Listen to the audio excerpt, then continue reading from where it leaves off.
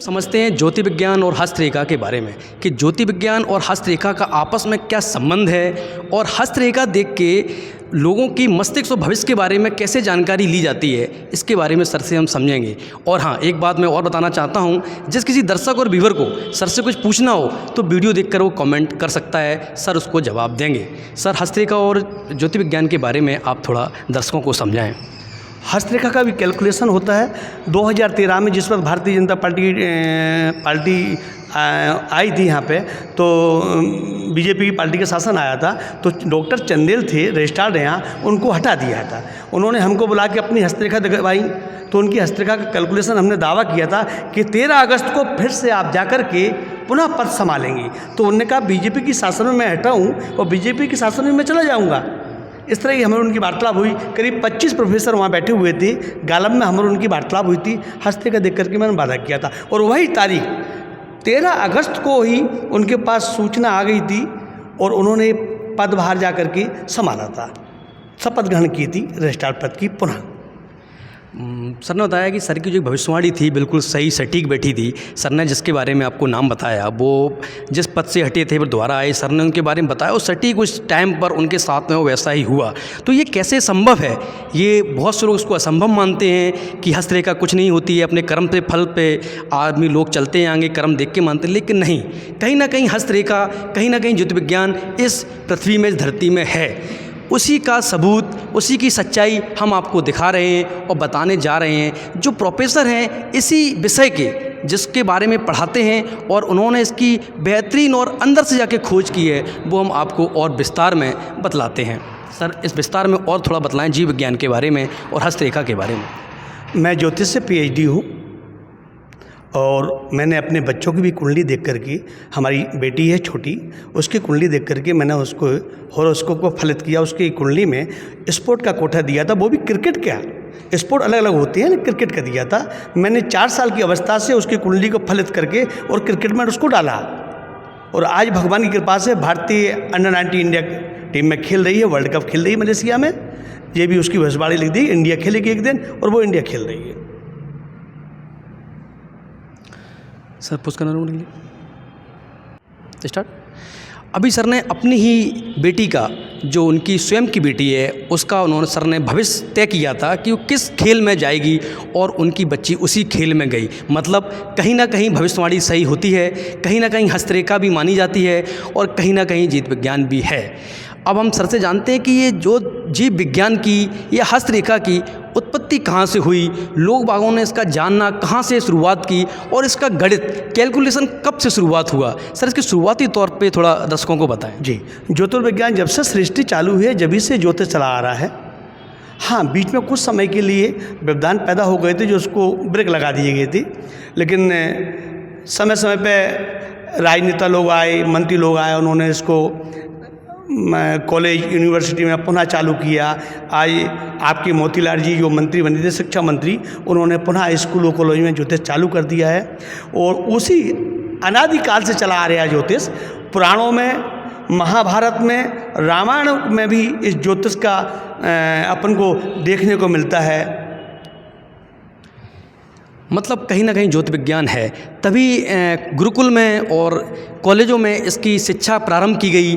Sir, ये शिक्षा प्रारंभ इसकी करना क्यों आवश्यक पड़ा? क्यों इस चीज़ की, ज्योति विज्ञान की क्लासें लगाना जरूरी पड़ी? ऐसा क्या संभव था कि ये क्लास ज़रूरी पड़ी लगाना? बीच में चूँकि मुग़ल का शासन चला, अंग्रेज़ों का शासन चला, उस पीरियड में ज्योतिष को एक प्रकार से ख़त्म ही कर दिया था। और नालंदा में यूनिवर्सिटी में जो ज्योतिष की किताबें रखी थी, वहाँ पर लाइब्रेरी में इन लोगों ने, मुसलमान वर्गों ने आग लगा दी थी, जो कि 5-6 महीने तक काफ़ी वहाँ सारा अपना ज्योतिष का शास्त्र ख़त्म हो गया था।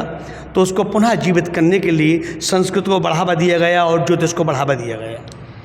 कहीं ना कहीं नालंदा विश्वविद्यालय की फिर चर्चा हुई और मैं भी बहुत वीडियो में आपको बता चुका हूँ कि नालंदा विश्वविद्यालय में जो हमारा इतिहास था पूरा जला दिया गया था, मिटा दिया गया था और कहीं ना कहीं इसका मुआवजा मेरे को अभी, हम सभी को अभी तक भुगतना पड़ता है। बहुत सा इतिहास है जो हमारे यहाँ से गायब हो चुका है और फिर ऐसे ही प्रोफेसरों की, ऐसे ही टीचरों की ज़रूरत पड़ती है हमको, जो उस बारे में, इतिहास के बारे में सबको याद दिलाते हैं और बताते हैं। सर से हम अब विस्तार में हस्तरेखा के बारे में बात करेंगे कि सर ये हस्तरेखा क्या होती है, और ये बच्चा जब बालक पैदा होता है या कोई इंसान पैदा होता है तो हस्तरेखा उसके कब से स्टार्ट हो जाती है देखना, और ये कब से अपन उसको शुरुआती तौर में देख सकते हैं?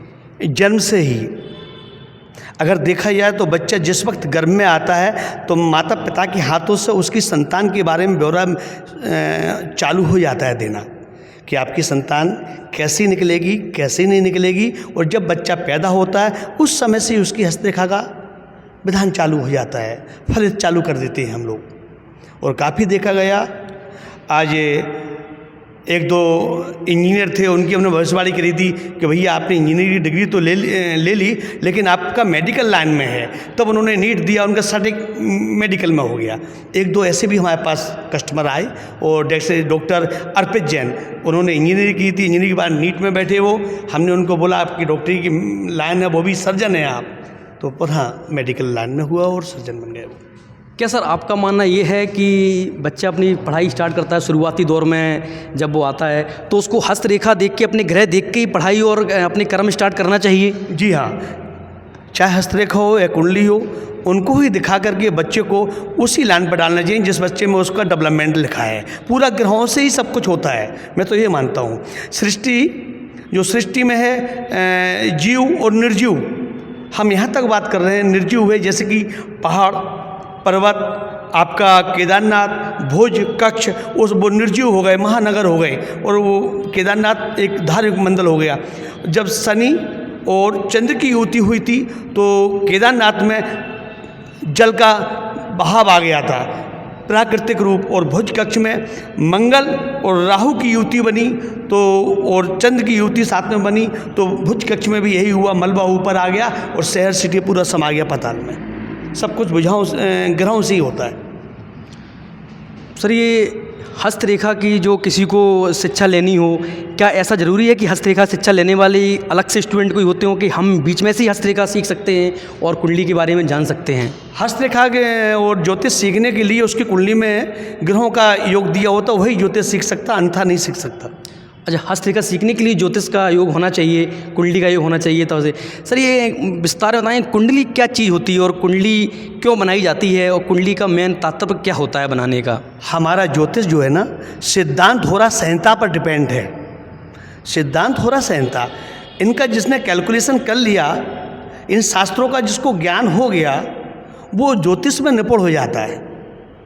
और निपुण वही व्यक्ति होगा जिसकी कुंडली में या हस्तरेखा में ज्योतिष का ज्ञान दिया है। जिसको ज्योतिष हस्तरेखा में बोलती है अतेंद्रीय रेखा। जिन व्यक्तियों के हाथ में अतेंद्रीय रेखा होती है वो व्यक्ति ज्योतिष सीखेगा 99.9। और जिन बच्चों की हॉरोस्कोप कुंडली में शुक्र बुध की युति और मंगल का उन पर दृष्टि पड़ना, या अष्टम भाव में बैठना, द्वितीय भाव में बैठना, एकादश भाव में बैठना, तो इन ग्रहों की स्थिति से भी ज्योतिष का योगदान बनता है। सर सनातन धर्म और कुंडली को दोनों को आपस में मिलाकर देखा जाए तो किस प्रकार से उसका मेल रहेगा, और इसके बारे में आप क्या कहेंगे? एक ही चीज़ है, सनातन धर्म में ही से ही निकला हुआ ज्योतिष है हमारा, वो अलग नहीं है। सनातन धर्म से ही हमारा ज्योतिष जुड़ा हुआ है। सनातन धर्म में ही हमारा ज्योतिष आता है। सर आजकल अभी इसी समय थोड़ा सनातन धर्म का प्रचार का जोर शोर बढ़ गया है। ऐसा ज़रूरत क्यों पड़ी सनातन धर्म के प्रचार करने की? क्या सनातन धर्म पीछे हो रहा था कि सनातन धर्म को आगे बढ़ाने की ज़रूरत सभी आजकल हमारे बाबा हैं, जो बागेश्वर महाराज जी हैं और भी जो बाबा हैं, लोग हैं जो सनातन धर्म का प्रचार करने में ज़ोरों से लगे हुए हैं, ऐसे उनको क्या जरूरत आनी पड़ी सनातन धर्म का प्रचार उन्होंने किया? जी, समाज में कुछ असामाजिक तत्व बढ़ रहा है काफ़ी, जो कि सनातन धर्म को दावे जा रहा है। और आज से नहीं कर रहा है काम, ये वर्षों से काम करता हुआ आ रहा है। और अपनी जनसंख्या, असामाजिक तत्व अपनी जनसंख्या बढ़ाता हुआ आ रहा है, और सनातन धर्म में हिंदुओं की जनसंख्या कम करते हुए आ रहे हैं ये लोग। इसलिए सनातन धर्म को बढ़ावा, एक जागरूक करना समाज में बहुत ज़रूरी है।